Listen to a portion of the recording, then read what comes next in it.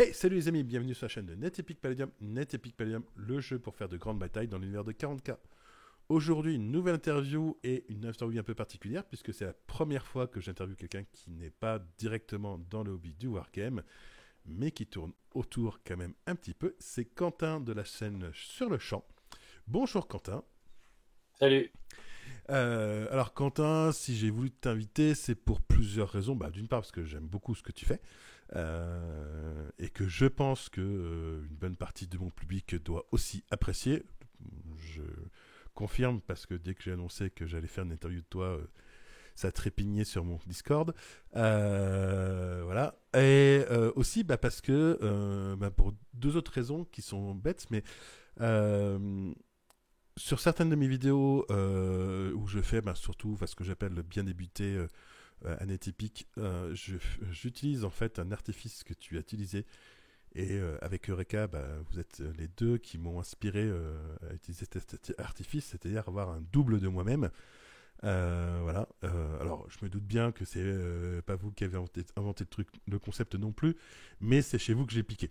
Voilà. Donc, parce que ça me semblait intéressant, je me demandais comment faire ça en fait, et j'ai trouvé ça rigolo à faire. Donc, je me suis bien amusé et je continue de m'amuser à chaque fois que je le fais. Donc, il y avait déjà ça, et puis aussi. D'une autre façon, sur mes rapports de bataille, maintenant je mets des cartes pour tout ce qui est la phase de mouvement et puis la phase de combat. Et ça, ça vient de deux inspirations. La première, c'est les White Dwarf, donc le magazine de Games Workshop, où ils mettaient à l'époque, quand je lisais des cartes, effectivement pareil. Et aussi, quand j'ai justement découvert ta chaîne et ça, j'ai fait, hey, ça me rappelle les vieux trucs. Et voilà, quand j'ai voulu faire mes rapports de bataille, je me suis dit qu'à un moment donné, ça pourrait être intéressant de se faire des vieilles cartes et je me suis du coup inspiré de ces deux inspirations, Games Workshop et toi-même. Donc voilà. Donc aussi, Je n'ai jamais perdu les cartes. ouais, ça s'est jamais perdu. Mais voilà, ça faisait partie effectivement des deux inspirations directes que ta chaîne m'a donné et voilà, donc c'est aussi pour ça que je voulais t'inviter. Plus, aussi parce que, voilà, je voulais pouvoir te permettre de présenter un petit peu ton travail à ceux qui, dans ma communauté, ne seraient pas au courant que tu existes. Et dans ce cas-là, je ne sais pas ce que vous faites, les gars. Euh, Bien, écoute, d'abord, merci d'avoir accepté cette interview. Surpris. Et je vais commencer par la première question. Est-ce que tu peux te présenter?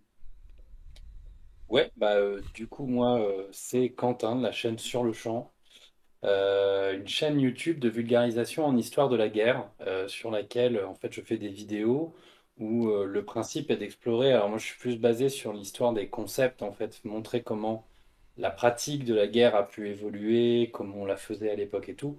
Donc, évidemment, j'essaie d'utiliser des événements pour les illustrer, et du coup, en général, je pars d'une bataille ou d'une guerre et je m'en sers pour illustrer un concept militaire ou parfois culturel, social, mais qui a trait à la guerre en fait.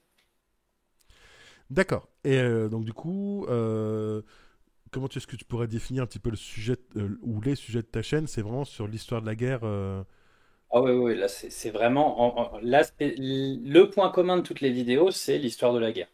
Hmm. Et en soi, c'est la guerre dans l'histoire.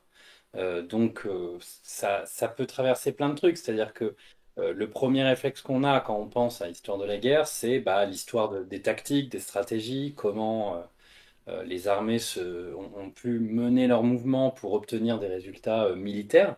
Mais derrière, en fait, il y a en fait tout le reste. C'est-à-dire, on peut faire l'histoire du matériel utilisé dans les guerres. On peut faire l'histoire des femmes qui ont suivi les armées. On peut faire l'histoire de la chevalerie en tant que fait social. Des choses comme ça. Donc en fait, c'est beaucoup plus riche que ce que ça en a l'air. Et moi, j'essaie de sortir de ce qui s'appelle usuellement l'histoire bataille, c'est-à-dire de définir la guerre seulement par ces grands combats, alors qu'en réalité, la guerre a une influence sur nos sociétés, même quand il n'y a pas de guerre. Ce qu'on peut voir aujourd'hui en France, par exemple, hein. On n'est techniquement pas en guerre et pourtant ça remue, euh, et toutes ces choses-là, en fait. Ouais, tout à fait. D'autant plus qu'effectivement, tu as plusieurs types de vidéos, hein, effectivement. Là, tu es sur une série de vidéos sur la chevalerie, au Ouais. moment où on fait l'interview, qui est très intéressante, justement, parce que tu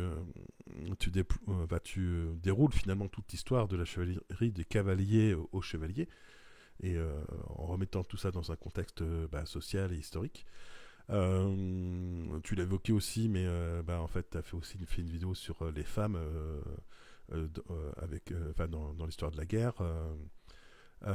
Et par exemple aussi sur l'évolution des matériels durant la Première Guerre mondiale, pardon.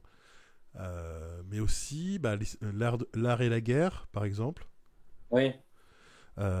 Et puis, ce que j'aime bien aussi, c'est que dans tes vidéos, tu as toujours un contexte qui présente la bataille quand tu parles d'une bataille, parce qu'effectivement, une bataille, elle ne peut pas comme ça, quoi. Genre, il y a quelque chose Non, avant. ouais, c'est assez rare que les gens se tapent dessus sans raison. Ouais. Euh, Surtout quand bon, tu mobilises autant de monde, quoi.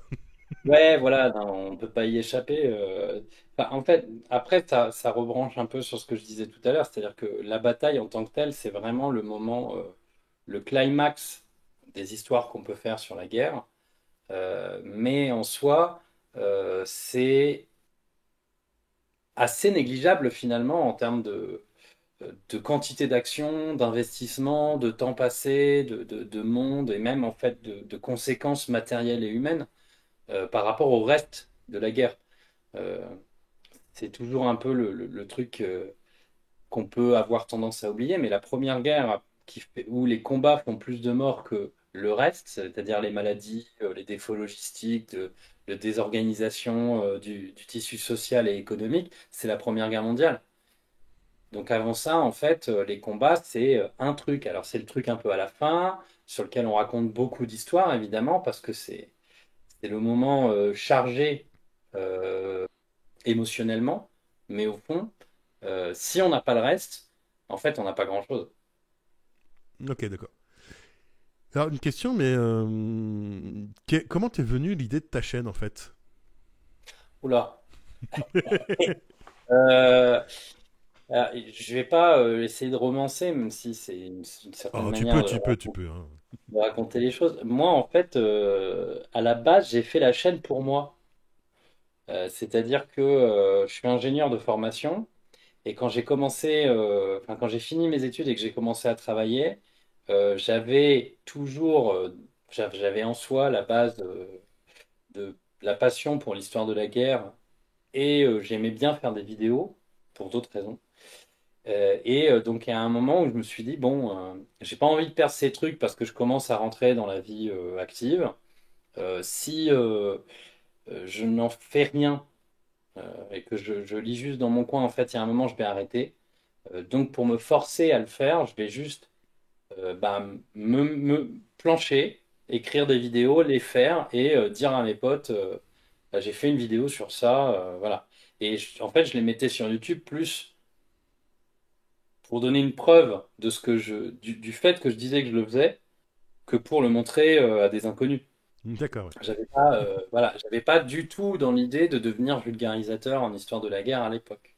Et en fait, c'est de fil en aiguille, ce qui n'est pas plus mal d'ailleurs, parce qu'à l'époque, j'ai approché l'histoire comme un ingénieur en pensant que les historiens n'avaient pas pensé à la méthode scientifique.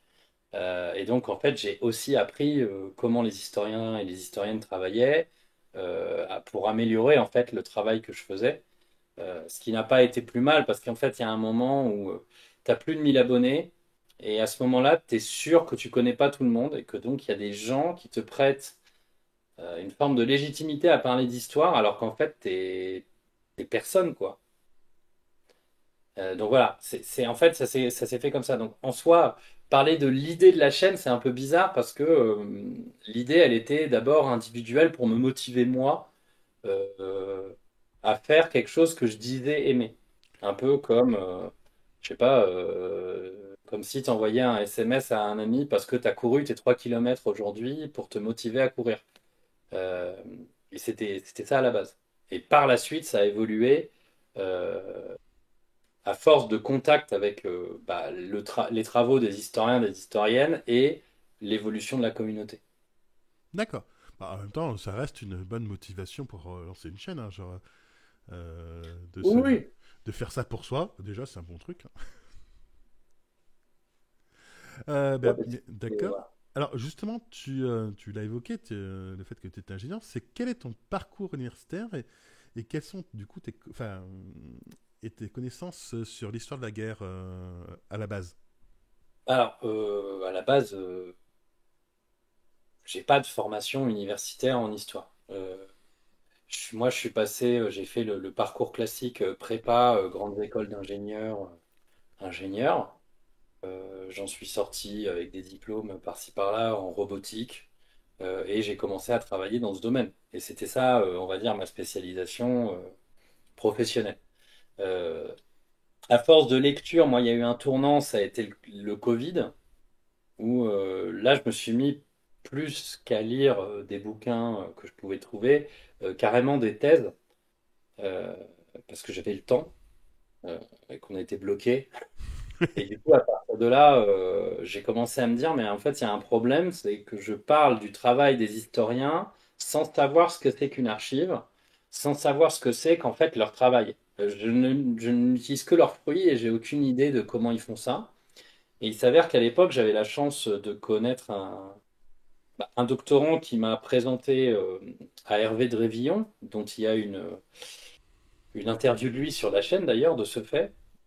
Et donc lui, bah, c'était un professeur en université qui m'a dit, bah, si ça t'intéresse, t'as qu'à faire un mémoire. Moi, je t'encadre, on s'en fout, l'administration, elle dira rien. Et donc j'ai fait un master de recherche en histoire il y a quelques années de ça, en plus. Euh, et aujourd'hui, je suis en thèse en fait en histoire dans l'extension de ce mémoire. Donc ça s'est rebranché. Mais à la base, j'avais pas de formation en histoire. D'accord. Donc là, actuellement, tu fais une thèse. Ouais. Ok. Bon, c'est bien. Alors, l'avantage, effectivement, c'est que une thèse, ça prend du alors, pas dans les sciences, on va dire, entre guillemets, dures, même si je déteste ce terme, alors que j'en viens, hein. Je suis informaticien à la base. Dans les sciences, dans les sciences, on va dire sociales, effectivement, généralement, les thèses sont plus longues. C'est pas 3 ans comme dans les autres, enfin les sciences non sociales, type informatique ou autre, où là, tu as 3 ans et point barre, quoi, puis tu es financé, généralement. Ouais, la culture des thèses n'est pas la même C'est pas dans du les tout la même, ouais, tout à deux fait. domaines. Ouais. Alors que justement, souvent en histoire, par exemple, bah, tu as beaucoup de personnes, enfin, beaucoup de doctorants qui sont également profs en Ouais. lycée, qui font leur thèse en parallèle, parce que bah, il n'y a pas de financement aussi, hein, ça. Bah, c'est sûr. Voilà, on pourrait parler hein, de l'état de l'université, tout ça, hein, c'est Oui, encore. ne nous lançons pas là-dessus, sinon moi j'en ai pour 6 heures. Donc oui, effectivement, c'est intéressant de voir qu'effectivement, à partir de ton travail de vulgarisateur qui est venu d'une passion, tu as rebouclé sur une thèse dans le domaine. C'est amusant, je trouve.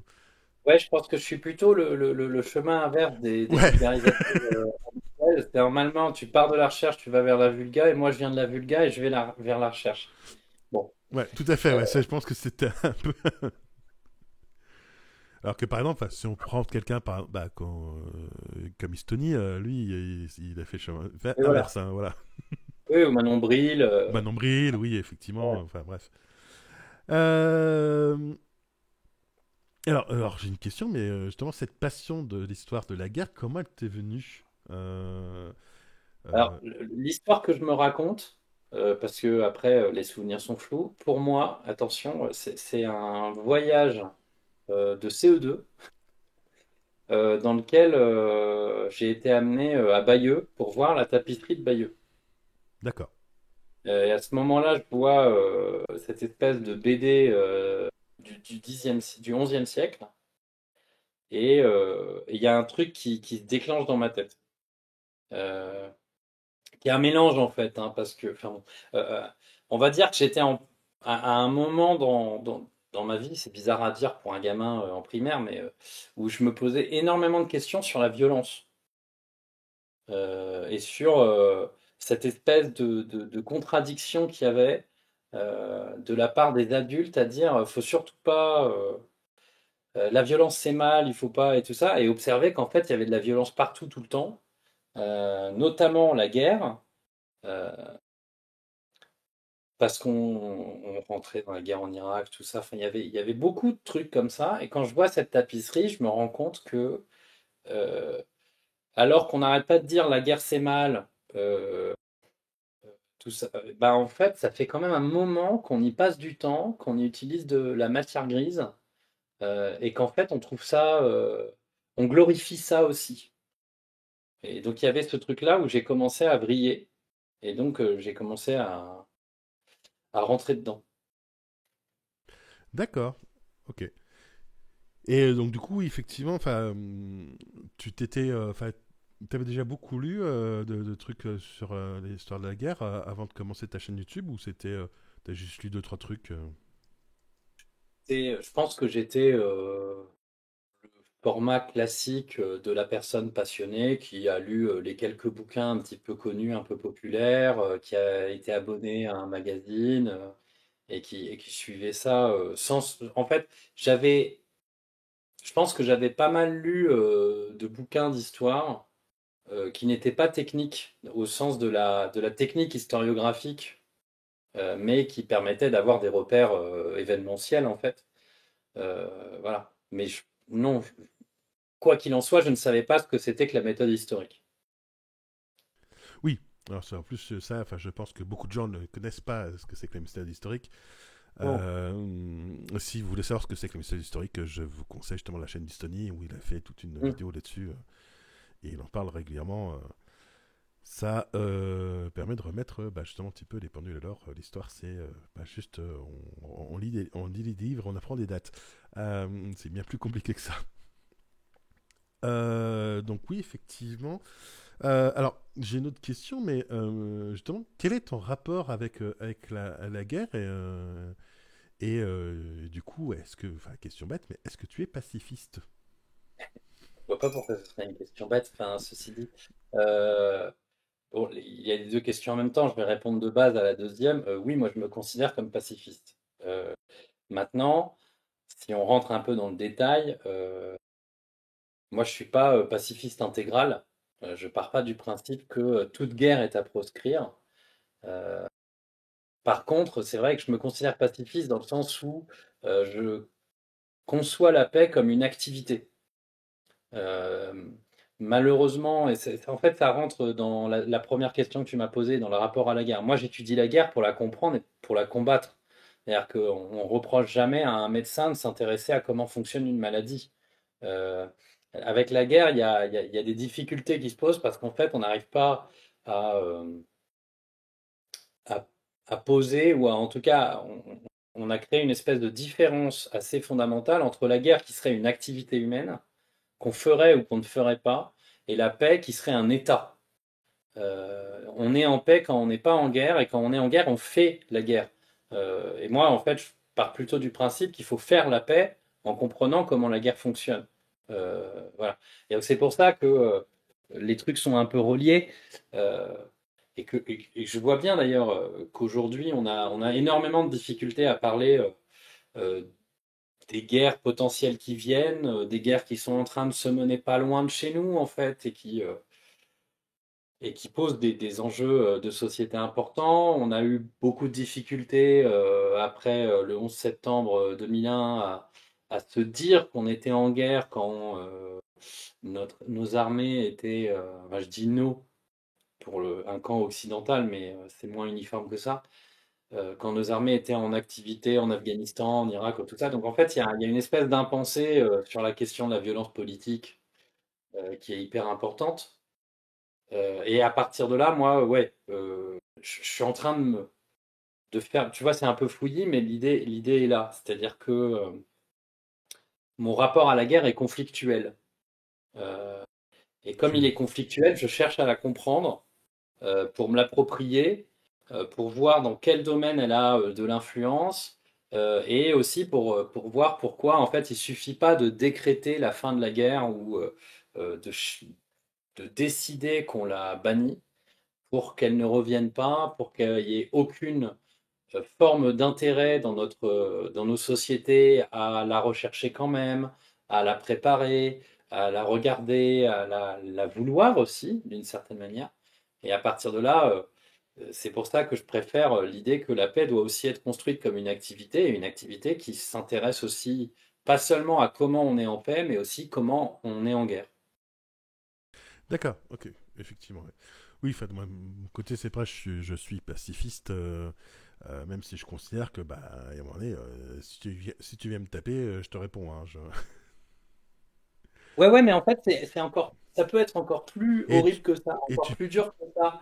hmm, C'est-à-dire que le moment où tu te rends compte que fermer une caserne quelque part, c'est détruire un tissu économique local, parce que c'est des milliers de soldats qui étaient là, qui consommaient là, qui avaient un salaire fixe là et qui créaient une activité économique. Euh, et tu te rends compte qu'en fait, la guerre, elle a une influence sur ta société, même quand tu es en paix. Ah oui, tout à fait, oui. Et donc, malheureusement, on l'analyse pas trop comme ça, parce qu'on s'est un peu déshabitué, parce qu'on l'a sûrement aussi externalisé en créant des guerres zéro mort très loin de chez nous. Mais en fait, elles ont quand même eu des effets très pratiques. Et ne pas le regarder, c'est en fait la laisser grandir en notre sein. Et d'une certaine manière, les guerres qu'il y a en ce moment en Ukraine et en Palestine, Israël, c'est ça, quoi.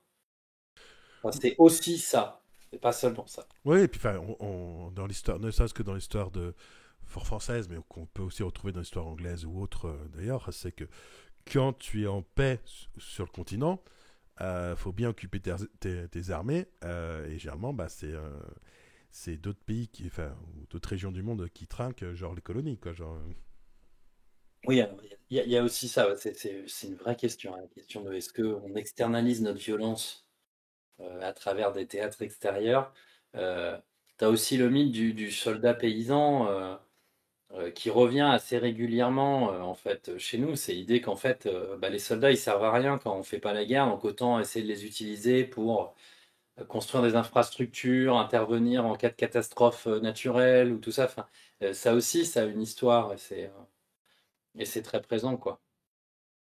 oui, mais bon, après, enfin, effectivement, c'est quelque chose où on peut se poser la question, mais c'est pareil, moi, j'adorerais que les pompiers n'aient rien à faire, hein, Ah oui, mais ça c'est je les sûr. payerai quand même, toi, et Oui, mais ça, tu vois, et je les c'est pareil, entraînerai quand hein. même. En France, aujourd'hui, il y a qu'un seul corps de pompiers professionnels, c'est la BSPP, la Brigade des sapeurs-pompiers de Paris. Le reste, ça l'est pas. Et la militarisation, ou l'aspect militaire de la BSPP, elle a une histoire également. C'est pas dans tous les pays hein, que les pompiers, c'est des militaires. Ah oui, tout à fait. Mais voilà, mais effectivement, oui, je pense qu'il y a une réflexion à avoir sur ce qu'on fait, bah, ne serait-ce que de nos soldats quand ils en temps de paix. À un moment donné, quelque part, c'est une sorte d'assurance, on va dire. Et bah, comme toute assurance, t'es content quand elle te sert pas, quoi. Mais t'en as besoin. Ouais, après, bon là, on peut partir pendant des heures aussi, hein, mais Oui. euh, il y a l'aspect assez important qui a disparu en fait après la Seconde Guerre mondiale progressivement du lien entre politique, entre pouvoir politique et citoyen et engagement militaire. C'est-à-dire que pendant longtemps, on avait quand même une armée de conscription avec des soldats citoyens et en fait, on a construit à partir de la Révolution l'idée qu'on avait le droit de vote parce que on donnait notre temps à l'armée et à la défense de la nation. Euh, et ça, c'est pas non plus anodin. C'est pas seulement une histoire d'armée professionnelle, d'assurance, de trucs, de machin. C'est qu'en fait, il y a eu un moment où on a négocié un certain contrat social pour obtenir un pouvoir politique dans nos démocraties euh, par un engagement militaire. D'accord. Merci. Par exemple, hein, non mais là je dis ça Oui, oui. rapidement, mais c'est vrai que c'est une vraie histoire, là, l'histoire de la conscription et l'histoire du pouvoir politique qui découle de la conscription, c'est vraiment pas rien. Ah, tout à fait. Alors, du coup, on va passer un peu plus de questions sur tes vidéos maintenant. Hmm. À savoir, justement, pourquoi le contexte autour d'une bataille, aussi bien avant qu'après, est important à tes yeux. Puisque je rappelle que dans tes vidéos, effectivement, à chaque fois, tu donnes le contexte avant, Oui. et tu as toujours après, effectivement, les conséquences, quelque part, de la bataille elle-même, quoi. Bah, si j'étais radical, je dirais que s'il y a bien un truc qui n'est pas important, c'est ce qui se passe pendant la bataille. On s'en fout de savoir quels mouvements ont été faits au truc et machin. Alors en fait, c'est important parce qu'il y a la science tactique, voilà, et puis ça a des conséquences et tout. Mais au fond, le plus important, c'est ce qu'il y a avant et surtout ce qu'il y a après. Euh, Si on regardait tous les conflits comme une boîte, avec les batailles comme des boîtes noires, en fait, on n'en apprendrait pas moins et on comprendrait pas moins le déroulement du conflit. Si ce n'est que on remarquerait de temps en temps que c'est un peu bizarre. Dans cette boîte noire, il y avait une meilleure armée que l'autre et c'est la meilleure qui a perdu. Euh, Pourquoi? Bon, pourquoi pas? On peut s'intéresser à la question, mais en fait, on s'en fout. Donc, le reste est beaucoup plus important. Quelle armée s'est retrouvée où? Quel contrôle du territoire ça a impliqué? Quelles conséquences sur la désorganisation sociale, politique, économique du pays envahi? Ça, c'est plus important en fait. Euh, voilà. Ouais, tout à fait. Alors, d'ailleurs, il y a une vidéo en particulier que tu as faite qui explore à fond ce sujet de l'avant et de l'après. C'est la bataille des Trois Rois. Oui, alors celle-là elle était intéressante. Ah oui, totalement. Celle-là elle était intéressante. Bah, bon, je sais pas pour me jeter des fleurs, c'est la bataille en soi qui est intéressante. Parce que justement, en fait, on s'en fout de qu'est-ce qui se passe. Le seul truc qu'il y a, c'est que la conséquence, elle est là. En fait, si on ne s'intéresse pas à l'avant, on ne comprend pas toutes les ressources que le Portugal a mis dans cette bataille, de manière un petit peu illogique, certainement. Euh, et derrière, les conséquences sont énormes. Ah oui, bah alors là, pour le coup, oui. T'as une bataille, t'as trois rois, t'as plus droit à la fin. Ouais, mais c'est ça. Alors il y a ça, et puis il y a aussi vraiment toute la noblesse portugaise y est passée, tout le trésor royal portugais y est passé. Enfin, c'est. En fait, il y a des batailles bien plus importantes en termes de moyens mis, de nombre de personnes engagées, dans les mêmes époques, qui ont beaucoup moins de conséquences. Donc en fait, ce qui doit nous intéresser, c'est comment une bataille peut receler d'un tel effet. Et au fond, qu'est-ce que ça nous dit de notre manière de comprendre les événements? Oui, et puis surtout, une bataille, elle vient pas comme ça, effectivement. C'est pas genre, tiens, on va se taper dessus. Oui, Il y a une raison qui explique. Ouais, ouais, il y a toute une raison qui amène. Enfin, des raisons, même souvent d'ailleurs, qui amènent à la bataille. Chacun des deux camps, généralement, a ses propres objectifs. Et puis, à la fin, oui, effectivement, tu peux avoir aussi bien des conséquences dantesques que des conséquences. En fait, genre, la bataille n'aurait pas eu lieu, c'était limite pareil, quoi. Et en fait, il y a une tension assez forte qui est qu'une bataille, ça a des conséquences énormes d'un point de vue individuel. Et les gens qui y participent, leur vie est transformée. Ça, c'est sûr. Donc, c'est important ce moment pour les gens. Euh, Alors que ça n'en a pas d'un point de vue social, économique, enfin global, où ce qui doit nous intéresser, c'est comment les ressources qui ont été mises dans la bataille ont été amenées là et quelles conséquences ça a sur la société. Et derrière, qu'est-ce qui en a été retiré pour la société et donc quelles conséquences à terme. On pourrait presque voir ça comme juste un investissement économique. Et derrière, essayer de voir s'il y a eu un retour, si ça a cassé des trucs, quoi. Mais au fond, on s'en fout du déroulement de la bataille. ok. Moi, c'est effectivement intéressant de voir ça comme ça.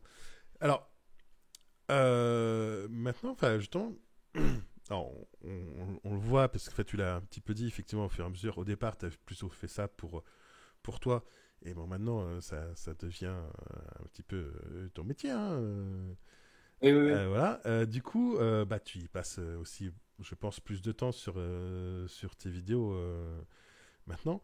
Et du coup, quelles sont toutes les recherches que tu effectues pour préparer une vidéo sur une bataille, euh, sachant que là, je vais être, je vais accentuer le fait que effectivement, par rapport à tes, enfin, au départ, on voit que maintenant, tes vidéos, il y a beaucoup de sources. que tu mets à chaque fois d'ailleurs dans le lien dans la description. Donc c'est quelque chose qui est très, c'est des vidéos qui sont très sourcées.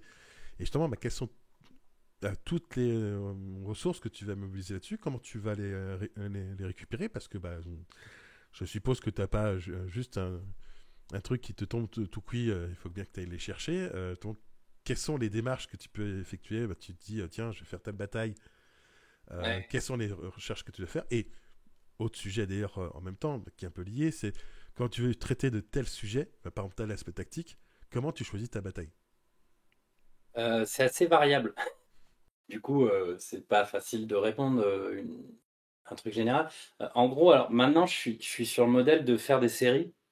Et donc, quand je fais une série, je me donne un thème. Donc là, je vais prendre l'exemple de la série en cours sur la chevalerie. Là, je me suis posé la question, vas-y, c'est quoi la chevalerie? Qu'est-ce qu'on peut en dire?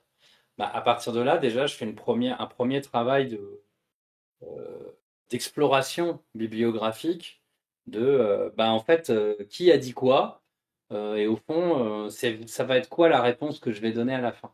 Comment ça se structure en fait aujourd'hui, l'état des connaissances sur les chevaliers? Bon, il s'avère que la chevalerie c'est un cas à part parce que c'est tellement horrible, énorme, mal défini et en fait, il y a beaucoup de gens qui ont écrit sur la chevalerie, il n'y en a pas beaucoup qui ont cherché à la caractériser. Du coup, ça a été terrible pour moi. J'ai dû lire beaucoup de bouquins avant de commencer à comprendre, ne serait-ce qu'un début de truc de ce qu'on pouvait en dire. Mais bon, voilà. Parfois, c'est plus simple. Mais en gros, je fais un premier sondage, en fait, de l'état des connaissances. Une fois que je vois ça, je commence à me créer mon plan. Et moi, je fonctionne, comme j'ai dit au début, sur les concepts. En fait, pour le moment, la bataille, je regarde pas trop. Et je me fais une feuille de route des concepts que je veux visiter pour expliquer aux gens en fait ce qui se passe. Donc, pour la chevalerie, ça partait de bah, comment apparaît la chevalerie, c'est quoi leur guerre normale, donc pourquoi en fait c'est plutôt des pillards, euh, quels sont les types de chevaliers et pourquoi en fait c'est beaucoup plus protéiforme que ce qu'on voit, c'est quoi leur rapport à l'église, c'est quoi leur rapport à la royauté. Enfin, là je vois mes étapes et une fois que j'ai mes étapes, là je commence à rentrer dans le bon, au fond, quelle bataille illustre le mieux le concept que je veux aborder? Et là, ça me permet de. C'est-à-dire que typiquement, la relation entre la chevalerie et la royauté, bon bah Bouvines, c'est parfait. Parce que Bouvines, c'est la bataille qui a été utilisée par la royauté et par Philippe Auguste pour avoir une certaine communication. On est en plein dans l'âge classique de la chevalerie, c'était parfait à décrypter pour illustrer en fait la tension qu'il y avait, qui était très forte, entre une chevalerie qui n'est pas forcément noble au début, mais qui se nobiliarise, et une royauté qui essaie de mettre la main sur la chevalerie et la noblesse pour essayer de contrôler cette élite assez remuante. Voilà. Et donc c'est comme ça en fait que je construis le truc. Et une fois que je sais le concept, la bataille, là je peux commencer à décider quelle bibliographie j'utilise, à la fois à partir de mon sondage de base et en cherchant des trucs plus spécifiques sur la bataille, sur le concept, explicitement. Voilà, là, c'est le truc général. C'est à peu près la trame que je fais.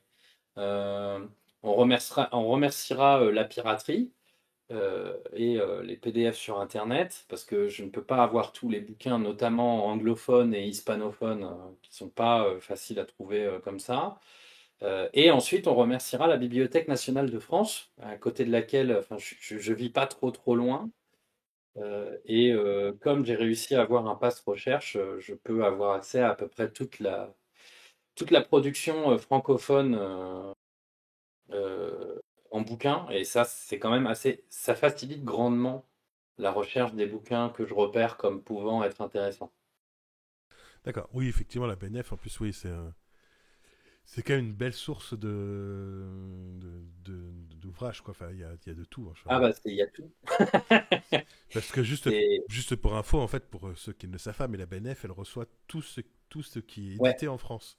C'est-à-dire que le mec, légalement, ouais. ouais, légalement, évidemment, hein, genre, le petit magazine obscur qui est tiré à 10 exemplaires pour, je sais pas, le magazine sur les hameçons Ah non, mais c'est voilà. c'est même le magazine qu'on éditait nous dans mon école d'ingé.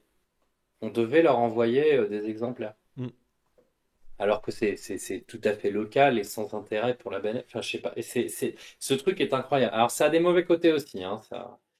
Ça concentre un petit peu les moyens bibliothécaires de France. Et du coup, quand on n'habite pas dans la région parisienne, c'est quand même, je pense, un peu plus Oui, chiant. c'est un peu plus compliqué, oui, effectivement.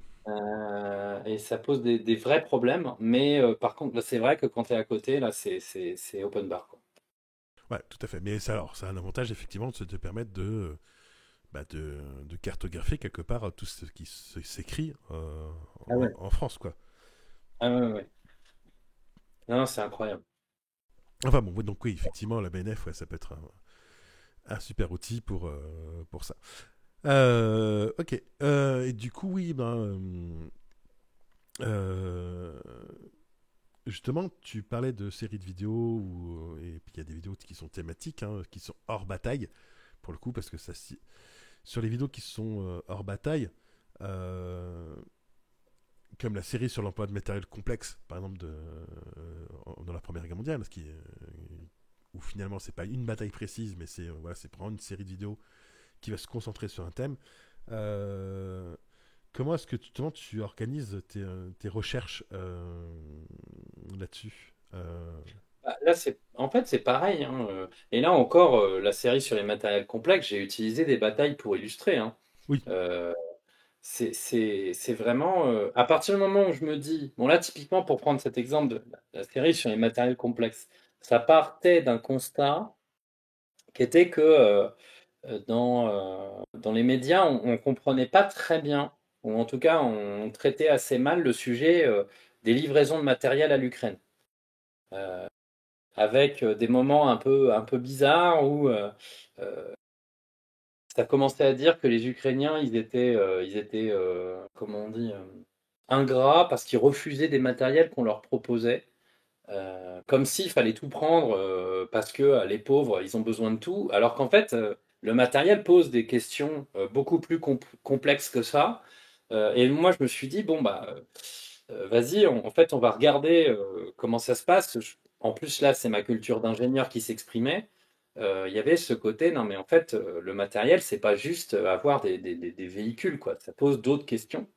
Et la Première Guerre mondiale était parfaite pour ça. Donc, en fait, je me suis dit que c'était pas mal en plus parce que ça permettait de faire une espèce de transition qui me permet de préparer pour plus tard la Seconde Guerre mondiale. Parce qu'en fait, moi, ça me fait chier qu'on traite la Seconde Guerre mondiale sans ne serait-ce que comprendre les aspects techniques, ou en tout cas soulever qu'il y a des aspects techniques et matériels énormes avant de savoir s'ils ont passé les Ardennes. Euh, En fait, si on ne comprend pas à quoi ressemble un champ de bataille avec des avions, avec des chars, avec de l'infanterie, le tout relié par radio, et l'artillerie, hein, on va même pas en parler, c'est impossible de comprendre pourquoi tout se dessine complètement différemment de l'époque napoléonienne. Et donc à partir de là, moi, c'était un peu ce truc de ça va me permettre de préparer la suite aussi. Première Guerre mondiale, c'est parfait. Comment on rentre dans la guerre? C'est quoi l'artillerie et qu'est-ce que ça veut dire en fait? La massification de l'artillerie. C'est quoi les chars et qu'est-ce que ça veut dire d'utiliser des chars? C'est quoi l'aviation et qu'est-ce que ça veut dire de rajouter une troisième dimension au champ de bataille?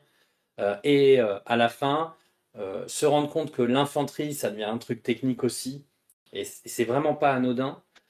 Et qu'est-ce que ça donne quand on utilise le tout? Ben voilà, là j'avais les concepts. Et à partir de là, je pouvais commencer à creuser, voir ce qui se disait, ce qui se faisait, découvrir que la bataille de Verdun était un tournant pour l'histoire de l'aviation, en fait, l'aviation militaire. Je ne savais pas. Donc j'ai dit, bah, du coup, on va prendre Verdun de ce point de vue. C'est rarement traité comme ça, c'est tant mieux. Euh, D'essayer de regarder les chars, comment on s'en servait et se rendre compte qu'en fait, c'était des vraies questions très difficiles à résoudre pour les contemporains, qui n'étaient pas juste là à se dire bon, bah, c'est un gros bloc de métal, on l'envoie et puis on se pose pas de questions. En fait, si, ça coûte de l'argent, ça coûte du temps, ça coûte des compétences et donc on n'a pas envie de l'utiliser sans que ça ait des effets effectifs. Et à partir de là, il faut se poser la question de bah, dans quelles conditions c'est utilisable et viable. Donc c'est tous ces trucs-là.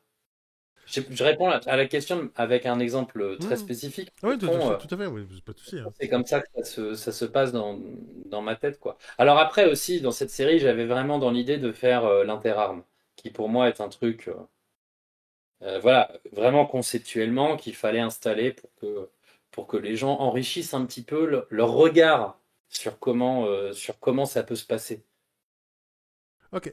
Alors, surtout qu'en plus, moi, c'est un truc sur cette série de vidéos, justement, sur. Donc, si je l'ai cité, c'est parce qu'elle m'intéresse aussi sur plusieurs points. Ouais, D'une part, parce que, par exemple, sur la vidéo sur les chars, j'adore le moment donné où tu fais ton tableau sur qu'est-ce qu'un char, et ouais. où tu as quand même un avion à la fin, quand même.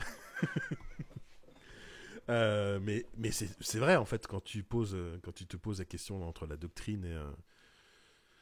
Enfin, entre la vision doctrinaire et la vision technique, effectivement, suivant ce que tu fais, tu peux te retrouver avec un avion dans les chars. Euh, De toute façon, catégorisation, c'est une construction humaine, hein, on Ah peut oui, faire tout ce à qu'on fait. veut, hein. Ah, tout à fait, oui. Et puis pareil, il y a la, il y a aussi la vidéo sur l'infanterie où effectivement on a tendance à imaginer que l'infanterie, bah, c'est juste des petits soldats qu'on met en rang, alors qu'en fait, bah, non, chaque infanterie a son rôle.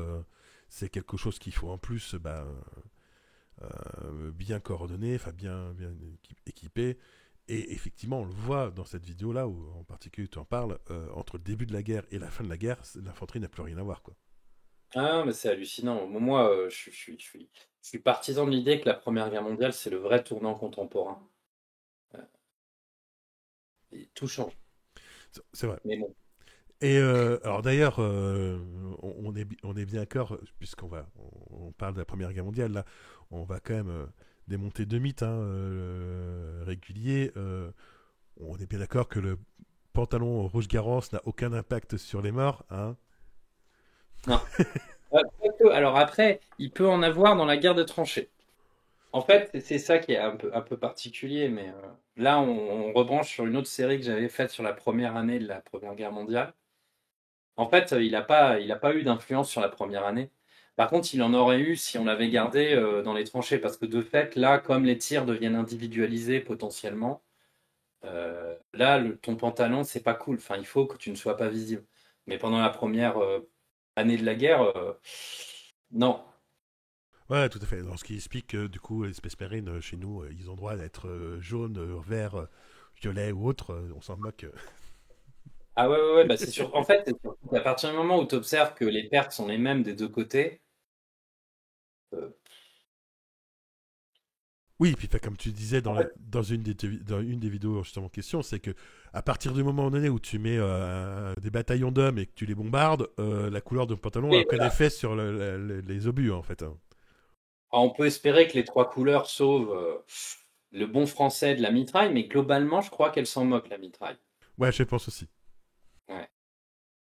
Ok. Et puis alors le deuxième grand mythe aussi que bah d'ailleurs pareil sur une de tes séries sur la Première Guerre mondiale, c'est que tu mets un petit peu à mal, c'est le côté génial du planchifeur, hein, enfin, Ah oui, non, qui en mais fait tout sauf génial de toute quelque façon, part. bon, on retombe toujours sur ces trucs. Enfin, bon là, en fait, c'est aussi relié à la mémoire, quoi.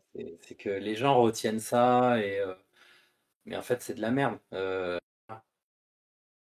C'est bon, ça prend du temps à analyser hein, aussi, mais c'est beaucoup trop contraint, beaucoup trop idéaliste aussi dans les aspects pratiques de frottement de la guerre. Et puis à la fin, il y a juste aucune alternative quoi quand on en sort.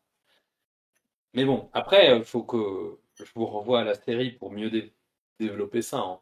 Oui, oui, allez voir la série parce qu'elle est très, très intéressante. Mais effectivement, en plus, bah, tu l'expliques dans la vidéo en question, mais où finalement, bah, c'est le plan Schiffer, bah, c'est en gros, c'est faut faire ça à peu près. Ouais, c'est ça. Voilà. Donc en termes de plan tactique, voilà, on va repasser. Enfin, c'est pas super détaillé, quoi. C'est c'est donner une vague idée de ce qu'il faut faire. Mais bah, comme tu le dis et comme ça s'est vu finalement, ça se heurte à bah, plein d'autres choses techniques qui arrivent en vrai, quoi. Genre, ne serait-ce que le fait que les Russes, finalement, immobilise beaucoup plus vite que prévu et que les Français tiennent plus vite, tiennent mieux que prévu. Ouais, ouais. Après, enfin, là où c'est toujours un peu dur, moi j'aime bien essayer de dire aussi que même si ça avait fonctionné, parce que l'air de rien, il se retrouve quand même pas si loin de Paris à la fin, euh, ça aurait quand même été un plan débile. Et ça, c'est toujours un peu la difficulté. Quand on raisonne à partir de ce qu'on sait déjà de la suite des événements, c'est quand même beaucoup plus simple de porter un jugement. Euh, mais c'est pour ça qu'il faut aussi analyser les choses par rapport à ce qu'elles ont été à leur époque et comment elles sont construites. Il se passe des choses et il y a des mauvais plans qui fonctionnent et des excellents plans qui déraillent.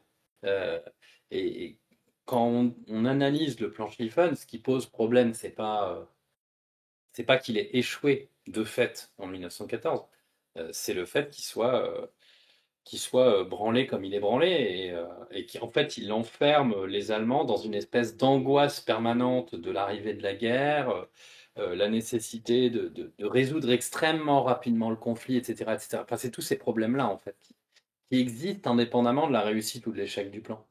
Bah, ça contraint carrément l'Allemagne à déclarer la guerre au final Ouais. en 14, alors qu'elle aurait pu. D'ailleurs, il y a une vidéo d'Estonie encore, j'en parle, mais une vidéo d'Estonie qui est justement sur la Première Guerre mondiale qui explique effectivement que au final, elle n'était pas obligatoire cette Première Guerre mondiale. Les Français auraient pu Non. dire non, les Allemands auraient pu dire non, et quelque part, au final, tout le monde se serait peut-être un peu retiré. Donc, mais là, effectivement, le plan Schlieffen, en fait, il impose à l'Allemagne Bah, c'est un des facteurs. Ouais. enfin voilà, Clairement, c'est un des c'est-à-dire qu'à un moment facteurs. donné, soit ils le font maintenant, soit c'est trop tard pour appliquer leur Ouais, plan en ouais, fait. ouais. Mais ça fait partie des choses, voilà, où on voit que même en son absence, la guerre, elle est là et essayer de le comprendre, essayer de le prévoir aussi, c'est aussi éviter la suite, quoi. Ouais, tout à fait. Euh, alors après, est-ce que tu as une période préférée sur laquelle tu te sens le plus légitime? Bah, moi, globalement, c'est aussi, enfin, c'est pas pour rien que c'est la période de ma thèse, c'est la fin du XVIIIe siècle. Hmm. Euh, Début guerre de 7 ans, euh, fin guerre de deuxième coalition, c'est ma zone. D'accord. Voilà. Après, c'est aussi sur des aspects spécifiques, mais globalement, c'est le XVIIIe siècle qui m'intéresse et en fait dont j'ai lu vraiment dans le texte beaucoup de penseurs.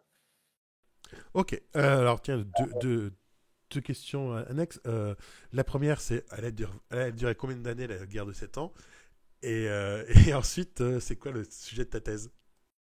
La guerre de 7 ans, elle a duré 7 ans, sauf en Amérique où elle a duré 9 ans. Je Voilà. dis ça parce que c'est une blague, c'est que généralement dès que tu mets Oui, oui, une guerre oui. de Non, non, tant d'années, en fait, elle a toujours duré plus ou moins, quoi, genre. ouais, globalement, ça marche jamais. Mais là, ça va. C'est pas la pire. Euh, alors, le sujet de ma thèse, ça dépend. Tu veux la version courte ou la version longue? Parce que Bah, tu peux nous faire c'est les deux, quoi, quelque part. Tu peux nous faire le quand sujet même. court et nous la présenter, présenter rapidement le Ouais, sujet. ouais, ouais. Bah, alors, c'est quand même assez spécifique. Je travaille sur les comités, commissions et conseils au ministère de la Guerre, de la fin de la guerre de 7 ans jusqu'à, alors ça c'est encore en discussion, mais potentiellement on va dire 1815. Et donc, qu'est-ce que ça veut dire?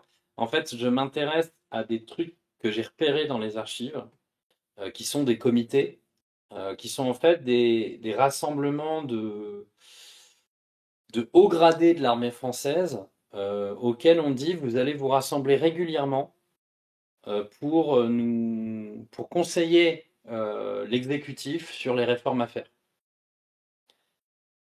Et bon, après, il y a des enjeux particuliers au fil du temps. Moi, ce que je remarque en gros, c'est que à la fin de la guerre de 7 ans, pour donner un contexte, à la fin de la guerre de 7 ans, l'armée française, elle en sort un petit peu humiliée. Et du coup, elle rentre dans une espèce de crise morale et intellectuelle. Elle se dit, on ne sait pas faire la guerre, en fait, ça va pas, il y a plein de problèmes, on va tout réformer. Et donc, ça lance une espèce de grande folie à la réforme, avec un changement assez important de ministre de la guerre. En fait, ça tourne pas mal. Euh, Et en fait, c'est une époque où on l'a assez bien étudié pour savoir ce qui a été fait.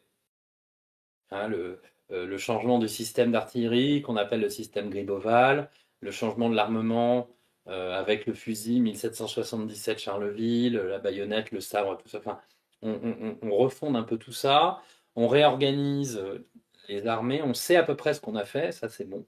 On a pas mal lu les penseurs, les bouquins imprimés, on les connaît, hein, Guibert et d'autres. Euh, et après, avec la Révolution, ça prend un peu forme, même si en fait ça marche pas très bien au départ, et c'est quand même après plusieurs années de guerre et de pratique que ça converge vers un truc qui commence à rouler un peu sur tout le monde par la suite.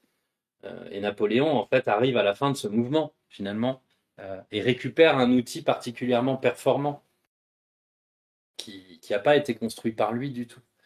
Euh, et moi en fait dans les archives j'ai repéré ces comités comme étant des espèces de rouages, non pas pour faire la réforme, mais pour dire quelle réforme faire. Et donc je m'intéresse un peu à ces réunions qui sont pas très enfin, qui sont pas du tout commentées en fait. Personne s'est intéressé à ça et qui me semblent être en fait assez importantes dans leur fonctionnement, comment ils se posent des questions, comment ils proposent des choses, qu'est-ce qu'ils proposent, qu'est-ce qui marche pas. Et en fait, moi, ce qui m'intéresse le plus aussi là-dedans, c'est que dans les archives, j'ai retrouvé quand même dans pas mal de ces comités les procès-verbaux de leurs réunions.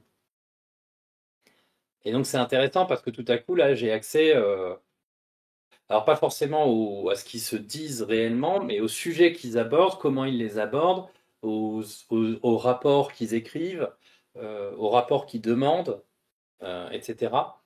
Et en fait, et après je finis parce que ça peut être très long, ce qu'il y a d'assez marrant à observer, à moi je trouve, c'est que sous l'Ancien Régime, jusqu'à la prise de la Bastille, on fait des comités assez généraux pour réformer toute l'armée ensemble, et c'est des comités de généraux. euh, et ça, en fait, chaque ministre a son ensemble de généraux qu'il suit, donc c'est un fonctionnement un peu de cour. Et à la Révolution, en fait, il y a surtout deux comités qui sont fondés et qui vont s'installer. C'est des comités d'armes savantes, c'est le comité des fortifications et le comité central de l'artillerie. Et ces deux-là, ils survivent jusqu'à la fin du 19e siècle. C'est Donc pas c'est mal, des ouais. trucs importants. Ouais, non, ça n'a pas, ça a l'air de rien, mais en fait, c'est quand même ça qui va organiser l'innovation et les réformes dans le génie et dans l'artillerie. Et en fait, les autres armes n'obtiendront de comité que pendant la Restauration. Donc entre 1815 et 1830. Beaucoup D'accord. plus tardivement. Et je ne sais pas pourquoi ça. Mais et ces trucs-là vont durer assez longtemps aussi après.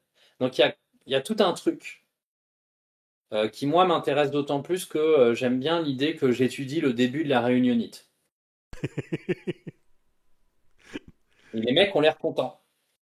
Ah bah généralement oui, t'as des gens qui sont contents quand ils font plein de réunions, mais Non, mais c'est. Moi, je te parle de 60 à 100 réunions par an. Hein. ouais, c'est pas mal, ouais. 5 heures de réunion à chaque fois. Ah effectivement, ils y vont quoi. Ah ouais, non, ils sont sérieux. Hein. Ils sont sérieux. Et moi ce qui m'amuse encore plus, bon après j'arrête, mais du coup, typiquement pour le comité central de l'artillerie, il y a des inventeurs qui viennent présenter des inventions. Et les artilleurs les analysent. Et du coup, c'est hyper intéressant de voir que autant il y a beaucoup d'inventions, ça marche pas du tout, autant les idées que les inventeurs ont, en fait, c'est toutes les innovations qu'il y aura à la fin du 19e siècle, elles sont déjà là. Le rechargement par la culasse, le tir répété, euh, le canon rayé, enfin tout ça, les idées sont là. Juste par contre, en pratique, ils n'arrivent pas à le faire encore à l'époque. D'accord, ok. C'est intéressant effectivement, ouais. Ah ouais. Alors, juste, on va préciser pour ceux qui ne connaissent pas justement le domaine de la recherche universitaire, mais effectivement, faire une thèse, ça revient à travailler sur un sujet très précis Oui. qui, quand on le regarde en lui-même, on se dit mais ça intéresse qui? Alors généralement, spoiler alerte, pas grand monde dans le monde. Mais par contre, ça a un vrai intérêt puisqu'en fait, mis bout à bout, en fait, ces différents éléments, hein, vous prenez plusieurs thèses, en fait, mises bout à bout, en fait, elles constituent un tout. En fait, au final, elles vont expliquer quelque chose de global. C'est-à-dire que les thèses s'interconnectent les unes aux autres, et ce, quel que soit le domaine, que ce soit en histoire, en informatique, hein, pour mon domaine, en maths, etc. Enfin voilà, c'est à chaque fois on s'intéresse sur un petit truc et on l'explore. C'est pour ça que généralement d'ailleurs un doctorant quand il essaye de vous expliquer sa thèse, alors déjà il est passionné en règle générale, donc vous pouvez partir pendant 6 heures de discussion. Mais en plus, par contre, généralement, il commence à devenir un peu compliqué à comprendre ce qu'il fait. Mais voilà, et c'est tout l'art justement de vulgariser finalement Ouais, ouais, son c'est travail, sûr. hein. Et ça, C'est c'est sûr. parfois très compliqué. Ouais, non mais en plus, alors c'est aussi, moi ce que je rajouterais aussi, c'est que même si on s'intéresse à des petites briques, à des tout petits objets très spécialisés, au fond c'est aussi pour nourrir des débats dont les questions sont assez profondes. Typiquement, moi, au fond, mes comités, tout le monde s'en fout, c'est très bien, mais quand on pose la question de la construction de l'État, de la mise en place d'une technocratie, de la fin de la cour et de la mise en place d'une expertise, ben là, on est sur un objet en fait qui peut clairement dire oui, voilà, en fait, les techniciens obtiennent des comités qui ont l'oreille privilégiée du ministre pour leur dire quelle réforme faire. Et si ce n'est pas une manière de dépolitiser la technique et de permettre à des spécialistes d'imposer leurs enjeux techniques à la politique, euh, ça se pose là. Et donc la question est plus profonde. Mais évidemment, sur le sujet spécifique, bon. Oui, tout à fait, mais c'est comme tu dis, hein, c'est une petite brique certes, mais la brique, avec des briques, tu construis un mur, hein, Oui, non, mais c'est sûr. C'est sûr. Et puis là, autre point d'ailleurs, qui est intéressant, mais on l'a pas évoqué, mais in fine, est-ce que ce n'est pas quand tu perds une guerre que tu te remets une bataille, une guerre, que tu te remets plus en question que quand tu la gagnes? Parce qu'in fine, Ah, tant que tu gagnes, tu continues quoi. Genre que quand tu te prends une branlée, tu te dis qu'est-ce qui s'est passé, chef? Bon, à part peut-être avec la chevalerie française qui continue bêtement de se charger pendant longtemps. mais pas tant que ça. Mais bon, j'en parlerai dans la dernière vidéo sur la chevalerie. Euh, mais oui, alors, ça, c'est une question sur la rythmique de l'histoire, presque, qu'on pourrait explorer. Moi, je me positionnerai pas, hein. Bah, après, c'est vrai que de toute façon, on apprend plus souvent de ses échecs que de ses réussites, hein, y compris Oui, dans la... oui, mais c'est pas enfin, c'est pas non plus une constante que l'idée que on s'endormirait sur ses victoires. Oui, tout à Euh, fait. typiquement, euh, typiquement l'Allemagne de Bismarck, enfin la Prusse puis l'Allemagne, qui enchaîne les victoires guerre sur guerre. Elle s'est pas endormie pour la Première Guerre mondiale. Elle était encore très opérationnelle. Euh, c'est difficile de se positionner. Ok, d'accord. Bah, merci pour cette réponse, hein, déjà. Alors, on va passer du coup à un passage qui va encore plus intéresser ma communauté que déjà tout le reste. Mais tu as fait quelques vidéos parlant du wargame. Quel est ton rapport avec le wargame, justement? Alors, bon, moi, je- je dois tout à Antoine Bourguillot sur mon rapport sur le Wargame, dont je parlerai peut-être plus loin. Euh, Moi, il est très expérimental. Je suis pas un joueur pour le jeu. J'ai jamais fait de Wargame fantastique ou science-fiction. Disons que pour moi, c'est plus un outil qui me permet en fait de poser des questions un petit peu sensibles euh, à ce que peut représenter les enjeux de commandement, d'opposition, d'incertitude. En fait, des trucs qui sont assez utiles pour moi d'avoir en tête quand je lis sur l'histoire et quand j'essaie de réfléchir. sur comment une campagne s'est passée. Parce que on a toujours la facilité, quand on sait ce qui s'est passé, d'analyser ça froidement et de se dire voilà telle erreur, voilà ce qu'il aurait fallu faire, tout ça. Et en fait, quand on se retrouve face à la situation avec une bonne mécanique d'incertitude et de confrontation des volontés avec un autre, tout à coup, on comprend qu'en fait, il y a une tension quand même inhérente à l'action militaire ou au commandement. Donc c'est comme ça que j'utilise le wargame, comme une manière de vivre ces incertitudes, sans mort. D'accord, oui, effectivement. Enfin, enfin, à la base, effectivement, c'est pas, on n'est pas censé tuer des gens dans le wargame. Non. Alors justement, enfin, est-ce que tu penses que les théories de la guerre sont applicables dans ce cadre hyper formalisé et régulé des wargames ludiques? Pour ce que t'en sais. Oui et non.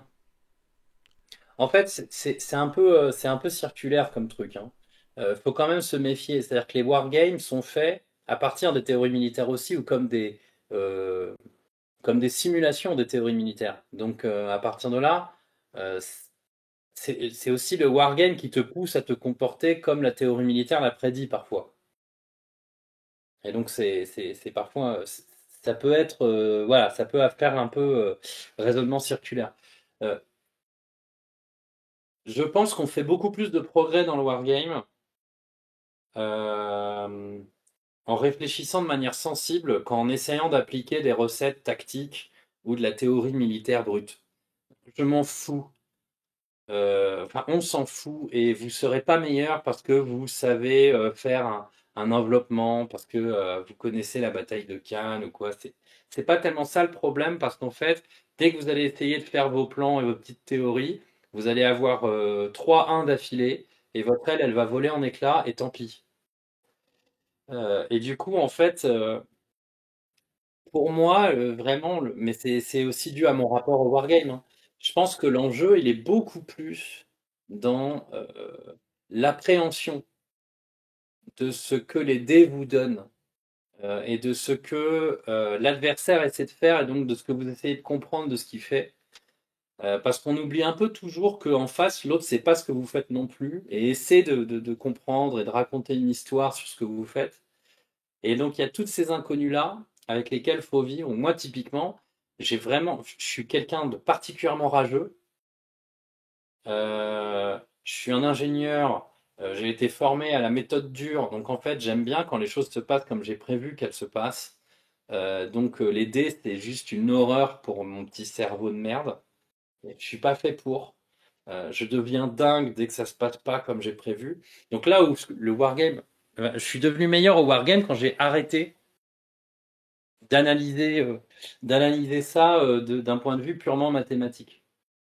Quand j'ai commencé à remplacer l'idée de plan par l'idée d'intention, c'est devenu bien meilleur. Alors moi, je pars du principe pour l'aider que je vais faire une moyenne basse. Donc vers 2,5 sur 6, toi, au moins comme ça. Généralement, je suis pas trop déçu. Parce que généralement, on prévoyait une 2,6, 2,5 sur 6, enfin sur un des 6, quoi, genre de moyenne. Vous êtes quand même au-dessus. Et si jamais, Ouais, vous, ouais, et ouais. si jamais Mais après, vous faites des mauvais jets, vous êtes dans cette moyenne-là à peu près. Et du coup, bah, ça se passe à peu près comme vous l'avez prévu, quoi. Mais effectivement, il y a des moments donnés où tu te rends compte qu'effectivement, bah, tu as deux, trois jets de dés qui s'enchaînent et qui sont soit catastrophiques, soit super bons et qui changent toute la donne, quoi. Genre, en fait, c'est vraiment, je pense que c'est ça que le wargame m'a appris. Parce qu'en fait, on est aussi opposé à quelqu'un qui est soumis aussi au dé. Donc lui aussi, il est en train de se prendre la tête, à la fois sur ce que vous faites et sur les dés qui vont potentiellement être mauvais pour lui. Et en fait, pendant longtemps, je considérais l'échange, je vais dire trade-off, mais bon, euh, un peu de manière linéaire, avec ce côté, j'ai une troupe, il a une troupe, et si on se rend les coups, ça va. Euh, et en fait, la bascule qu'il faut faire, c'est plutôt, il faut créer des situations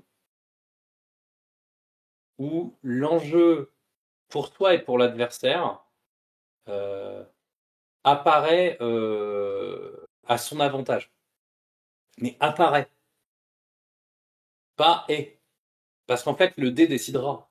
Mais il faut savoir imposer des dilemmes à l'adversaire et accepter nos positions vis-à-vis des dilemmes auxquels on est confronté. Je sais pas si je suis clair dit comme ça, Si, si, je vois à peu près ce que tu veux dire, ouais, mais effectivement. c'est vraiment cette idée que moi, en plus, il y a un autre truc, c'est que moi, je suis influencé par Geoffrey Foch. C'est un peu con à dire, mais atypiquement dans la théorie militaire, Foch, il a le concept de capacité d'action que je trouve assez pratique pour analyser une situation. Pas forcément pour la suite, mais en fait, si vous arrivez à faire croire à votre adversaire qu'il ne peut pas passer à certains endroits ou que ça va lui coûter trop cher, mais que vous n'avez pas mis beaucoup de ressources à le lui faire croire, il vous reste plus de capacité d'action sur le reste. Et c'est là que vous gagnez. C'est pas le reste, c'est des dés. Vous décidez pas. Ah, je vois, effectivement, oui, effectivement, si tu arrives à faire en sorte que ton adversaire n'aille pas sur un endroit parce qu'il pense qu'il va perdre, alors que, in fine, bah, t'as pas mis tant d'éléments que ça, ça te permet de déployer plus d'éléments ailleurs, et donc de... Ouais, voilà. Mais du coup, c'est hyper psychologique en fait. Ah oui, totalement, oui, il y a des moments Mais où... c'est pas de la psychologie de comptoir, moi plus fort que toi ou je sais pas quoi, mais plus de la psychologie vis-à-vis de la probabilité. Parce qu'en fait, on n'a pas un cerveau très fort pour analyser les probas. Ah oui, tout à fait, ouais, non, et en plus, on est souvent soumis au biais de c'est arrivé une fois, donc ça peut se Oui, reproduire. ouais. Ce qui, parfois, en fait, tu te rends compte quand tu Ouais, mais c'est pas réfléchis. facile.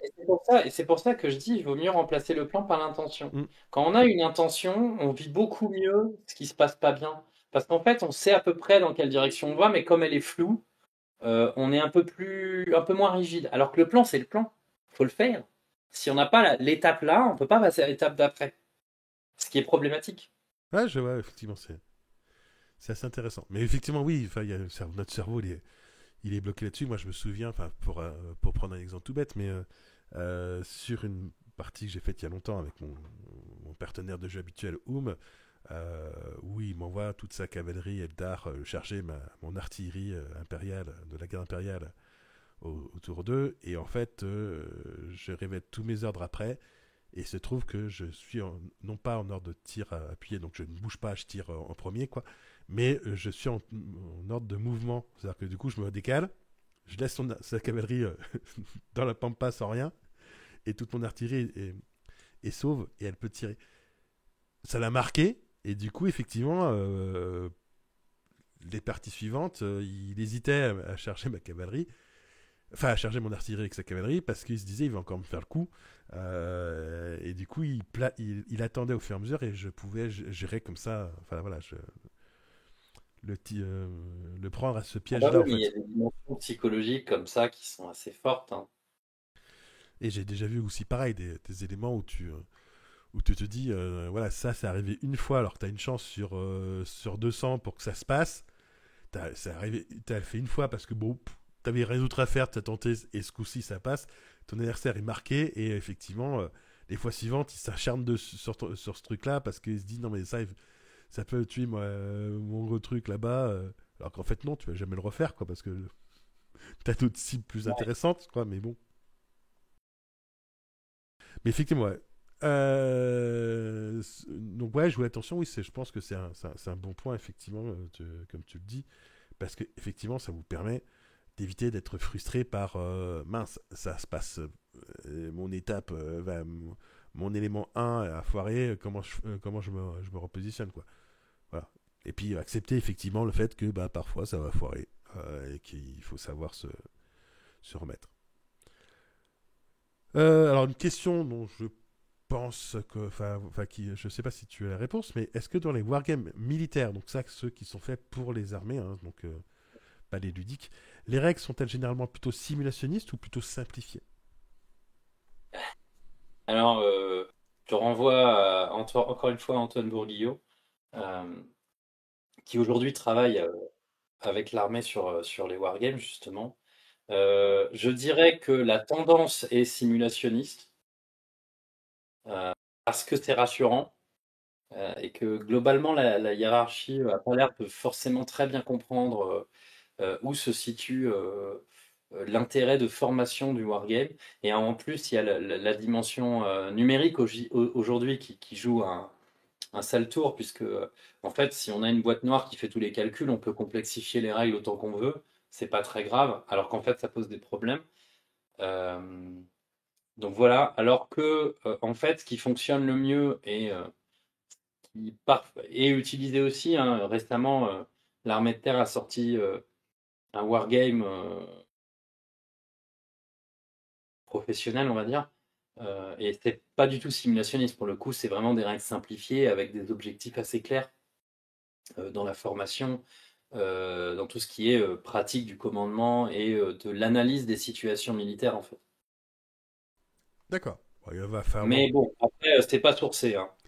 Ouais, bon, il va falloir vraiment que j'interviewe quelqu'un, du coup. Oui.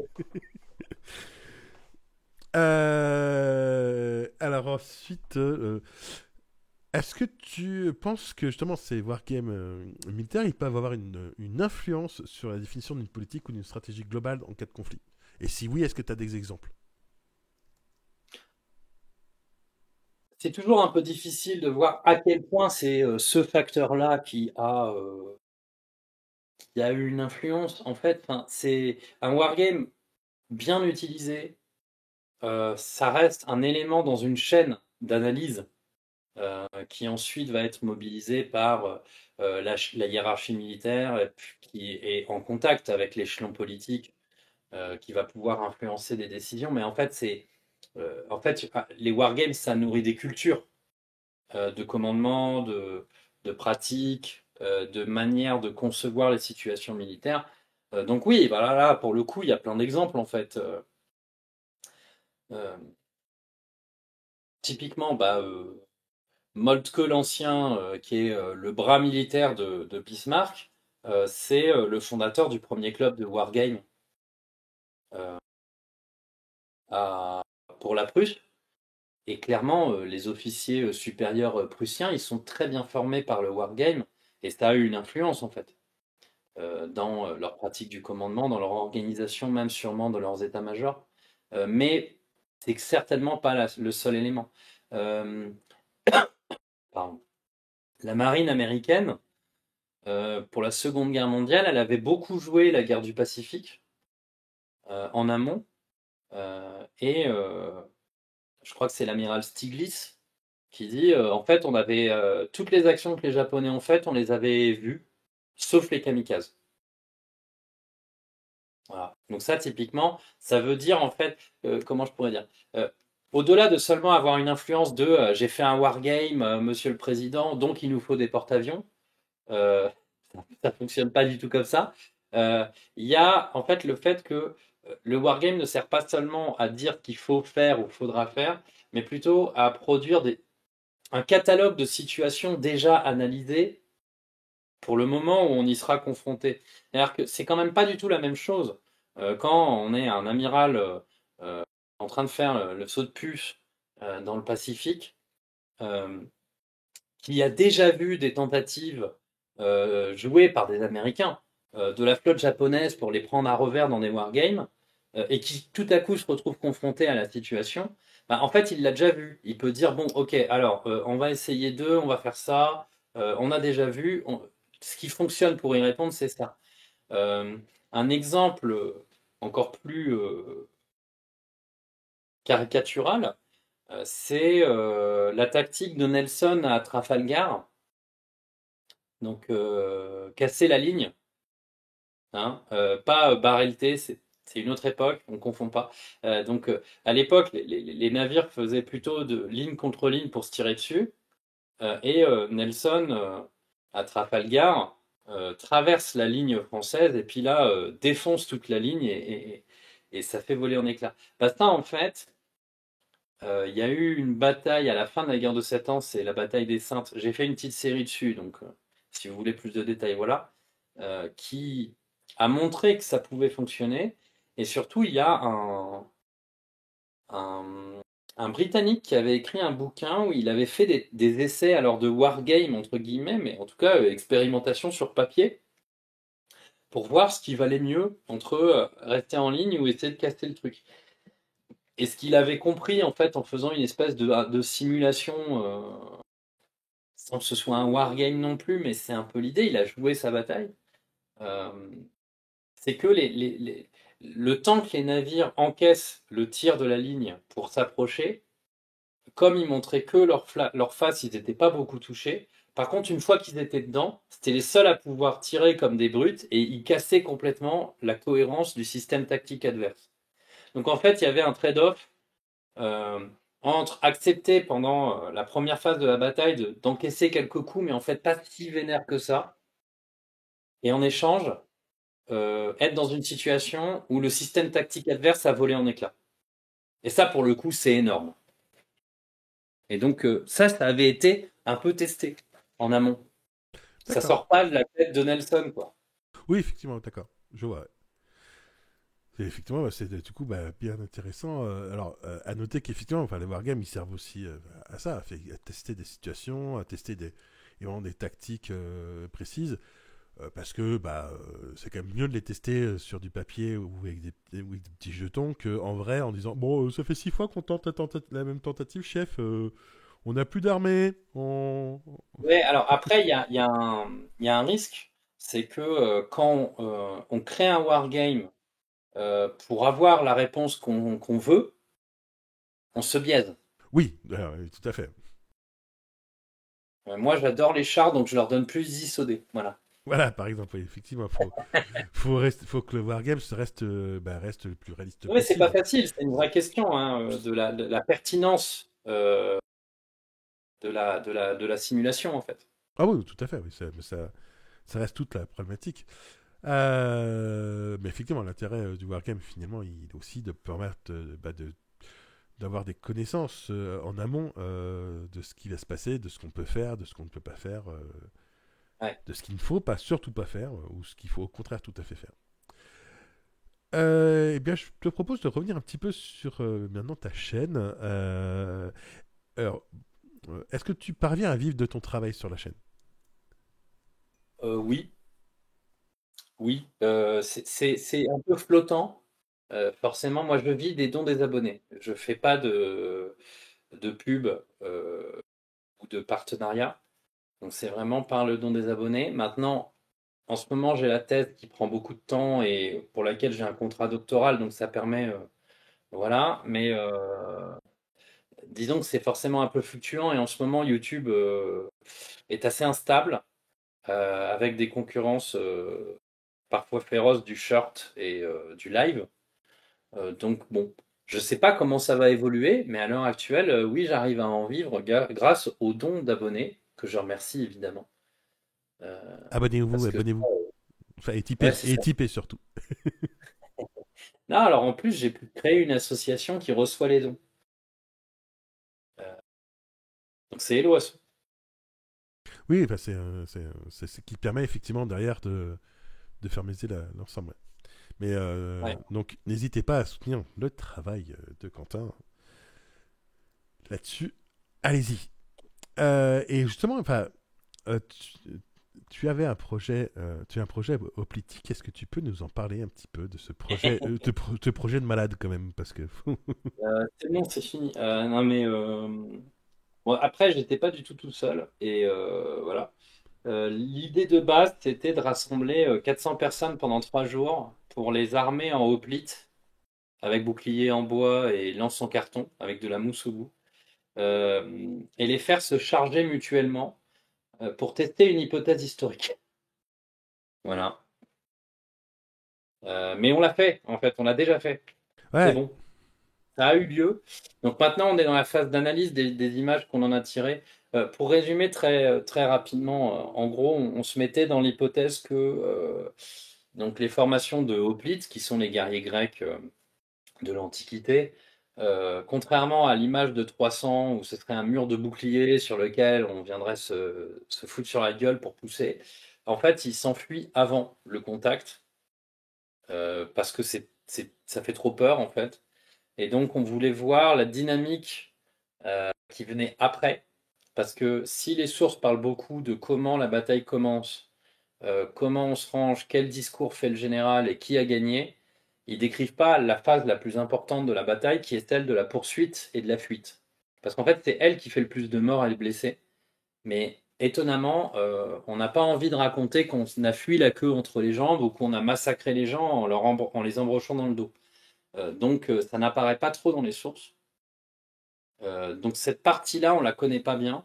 Or, savoir comment se répartissent potentiellement les morts au fil de la poursuite et de la fuite, quels sont les comportements des gens en fonction de s'ils sont poursuivants ou poursuivis, c'était ce qu'on voulait tester en fait en répétant l'expérience un certain nombre de fois pour voir des trucs différents se passer.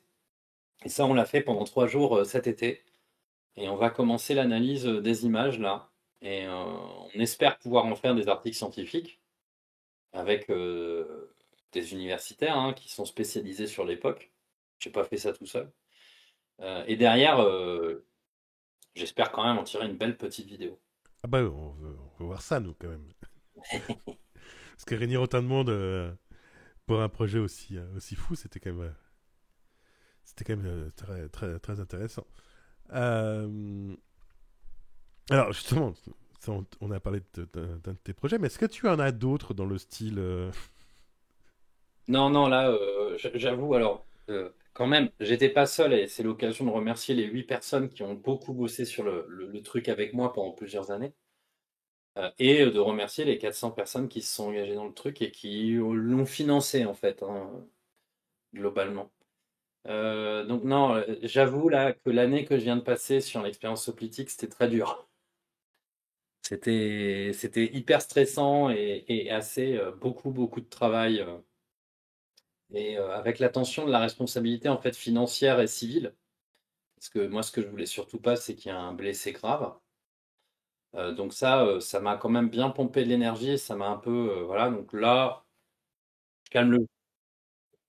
À partir de là, bon, j'ai ma thèse qui est forcément un truc, voilà, mais qui est pas forcément relié à la chaîne. Je sais pas encore comment je peux articuler ça avec la chaîne. Après, il faut faire évoluer la chaîne. Moi, en ce moment, j'arrive plus trop à travailler dessus, donc je suis en train de d'œuvrer à intégrer d'autres personnes dessus et à voir comment on peut faire des épisodes ensemble.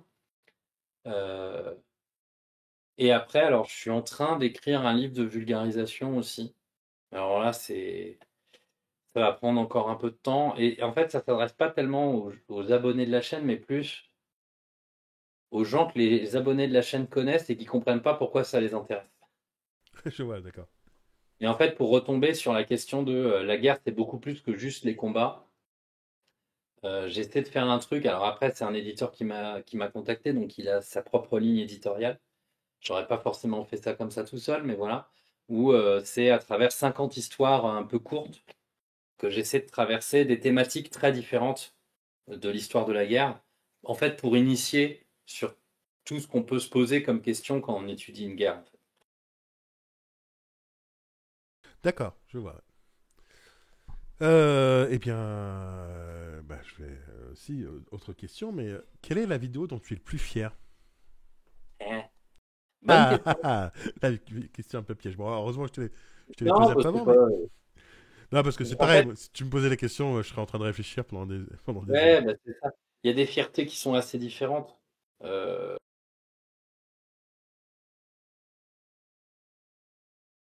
je sais pas. J'en ai plusieurs. Je pense que celle dont euh, on va dire qu'il y a le plus grand décalage entre comment elle a été reçue et comment je suis fier d'elle et je ne l'ai pas faite tout seul d'ailleurs, je l'ai faite avec le doctorant dont j'ai parlé tout à l'heure qui s'appelle Valentin Barrier, c'est la bataille du temps, où on analyse un tableau d'Albrecht Altdorfer et où en fait c'est un propos très historiographique, hein, c'est hyper technique et je comprends que ce soit pas forcément ce qui a le mieux fonctionné, mais que ouais, dans laquelle j'ai mis beaucoup de moi aussi, à la fois dans les références cinématographiques et musicales aussi, qu'il y avait derrière, et le propos théorique. Moi, enfin, J'ai bien kiffé l'affaire et j'aime bien le résultat qui est, enfin voilà, qui est marrant. D'accord, ça marche, ok, merci. Voilà. C'est bon, on m'a demandé qu'une alors. Oui, non, mais c'est un petit peu le truc, le piège, parce que si t'en demandes plusieurs, c'est plus facile. Quand t'en demandes qu'une, c'est quand même Oui. plus compliqué.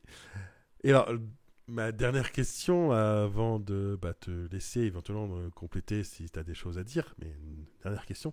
Alors, sur la centaine de projets de vidéos que tu as encore, puisque régulièrement, à chaque fois que tu fais une vidéo, tu te dis, ah, il faudrait que je traite tel sujet, tel sujet. T'en as combien, du coup, de projets encore? Non, mais ça marche pas comme ça en fait. Je tiens pas la liste à jour, hein. Non, mais parce que, alors en vrai, il faudrait un jour que je fasse juste la liste de ce que j'ai dit que ça serait intéressant de faire pour voir. Parce que je sais pas. Euh, Moi, je peux tout faire. Là, moi, je vis un peu. Bon, je navigue à vue, hein, quand même. Aujourd'hui, dans le frigo, à part la fin de la chevalerie qui arrivera bientôt, j'ai deux scripts qui ont été écrits déjà. Un sur les ingénieurs et la cartographie, et un sur les échanges culturels dans le cadre de guerre. Voilà. Et à terme, je suis en train de m'engager dans une série sur la conscription. D'accord. Donc voilà, Voilà. c'est un petit peu la question de rigolote des personnes qui suivent ta chaîne, parce qu'effectivement, c'est le nombre de fois Ah non, mais où tu moi, l'évoques. j'ai plein d'amis qui s'intéressent pas forcément au sujet et à ce que je fais, mais qui me disent, mais tu vas pas manquer de sujet un jour? Et je leur dis, non, non, t'inquiète. Oui, ça, oui, on le voit. Ok. Ah non, mais rien que sur le 18e siècle, je pourrais faire toute la chaîne, hein. Ah oui, et puis il y a plein de choses à dire, effectivement. Je pense que là-dessus, tu as des siècles d'avance de sujets.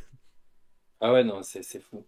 C'est fou. Mais c'est aussi ça, en fait, qui est dingue, c'est de voir à quel point la recherche historique, elle est féconde d'un point de vue intellectuel. Mm. Ok, mais merci. Est-ce que du coup, là, je vais te laisser un petit peu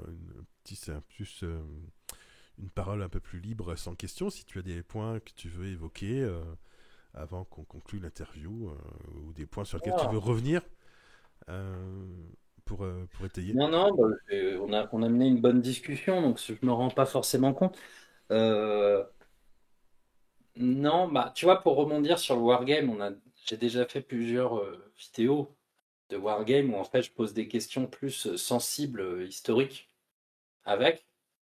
Euh, Moi, je me pose pas mal la question, j'aimerais bien un jour organiser, mais ça prendrait beaucoup de temps et beaucoup plus de moyens.